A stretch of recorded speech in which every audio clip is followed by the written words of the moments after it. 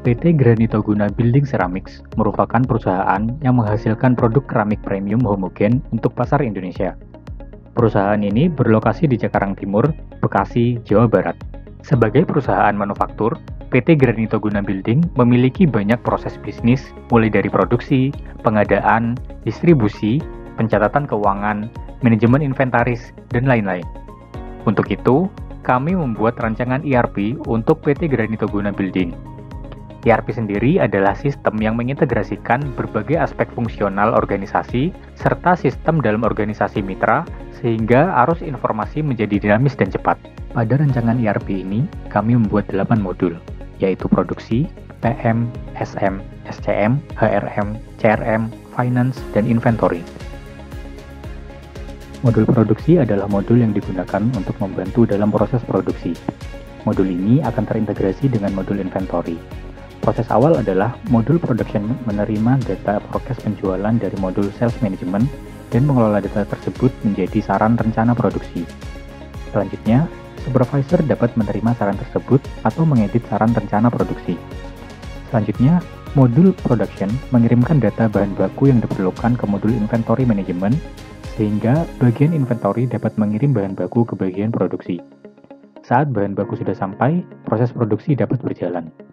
Setiap proses produksi mulai dari raw material preparation, work in progress, finishing, hingga QC akan dilaporkan secara otomatis oleh modul production, sehingga supervisor dapat mengontrol jalannya produksi. Modul kedua adalah SM atau Sales Management. Modul ini membantu dalam manajemen penjualan atau bisa dikatakan sebagai back-end dari Customer Relation Management. Awalnya, SM akan menerima data pesanan dari modul CRM. Kemudian, SM akan request ketersediaan barang ke modul Inventory Management. Jika barang tidak tersedia, SM akan mendelay pesanan dan mengirim notifikasi penundaan ke CRM. Jika barang tersedia, SM akan mencatat data pesanan dan mengirimkan data ini ke Finance Management dan ke SCM untuk dilakukan pengiriman. Selain itu, setiap akhir pekan, sistem akan melakukan forecasting kebutuhan konsumen dan tren pasar. Setiap akhir hari, sistem akan membuat insight penjualan.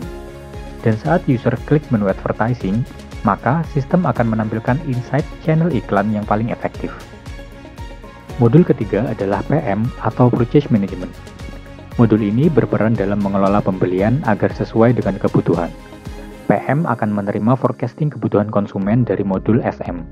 Setelah itu, PM akan request Bill of Material atau BOM dari bagian R&D dan request rekomendasi supplier dari SCM. PM juga akan menerima data kebutuhan spare part peralatan dari bagian maintenance. Setelah semua data terkumpul, sistem akan menampilkan detail rencana pembelian ke bagian procurement. Bagian procurement dapat menyetujui atau mengedit rancangan pembelian tersebut. Setelah disetujui, PM akan melakukan pembayaran dan mengirimkan data pembelian ke FM dan juga ke SCM. Modul keempat adalah modul SCM. Modul ini mengelola arus informasi terkait proses perpindahan logistik dari hulu sampai hilir. SCM akan menerima data pembelian dari Purchase Management. Setelah itu, SCM akan mengirimkan data pembelian ke supplier agar supplier dapat mempersiapkan barang. Kemudian, supplier akan mengirim barang dan mengirim resi pengiriman ke SCM. SCM juga akan menerima data pengiriman dari modul Sales Management. Kemudian, SCM mengirimkan data tersebut ke modul Inventory Management. Bagian gudang akan mengirimkan barang dan menginputkan resi pengiriman ke modul SCM. Semua resi pengiriman yang diterima oleh SCM akan diolah dan ditampilkan dalam bentuk tracking pengiriman secara real-time. Selain itu, SCM juga sering menerima request rekomendasi supplier dari modul Purchase Management. Saat menerima request, SCM akan melakukan perhitungan rekomendasi supplier dan mengirimkan hasilnya ke modul Purchase Management.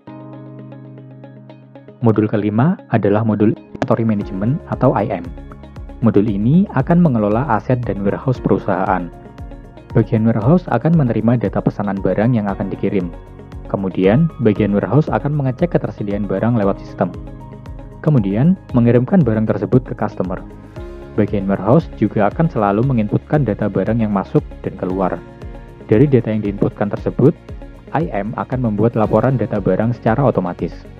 Modul ke-6 adalah CRM atau Customer Relationship Management.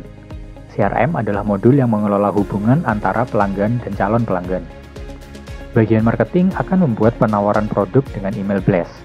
Kemudian, CRM akan mengirimkan email tersebut ke pelanggan berdasarkan database pelanggan yang dimiliki.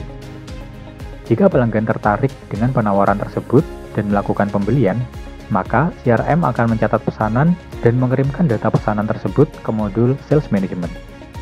Modul ketujuh adalah HRM, atau Human Resource Management. Modul ini dapat melakukan fungsi rekrutmen. Saat calon pelamar melihat iklan lowongan kerja yang telah dibuat oleh HRD, calon pelamar akan mengirimkan surat lamaran ke HRD. HRD akan menyeleksi lamaran tersebut.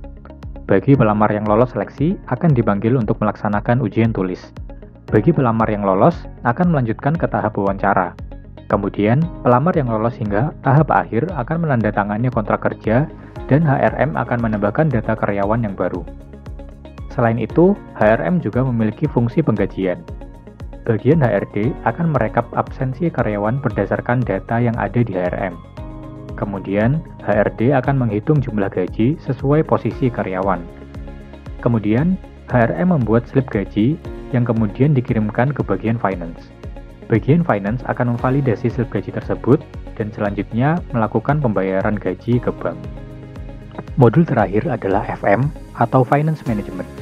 Modul ini dapat membantu perusahaan dalam mengelola keuangan mereka. Finance Management akan menerima semua data pembelian dan pengeluaran perusahaan dari modul Purchase Management dan Sales Management.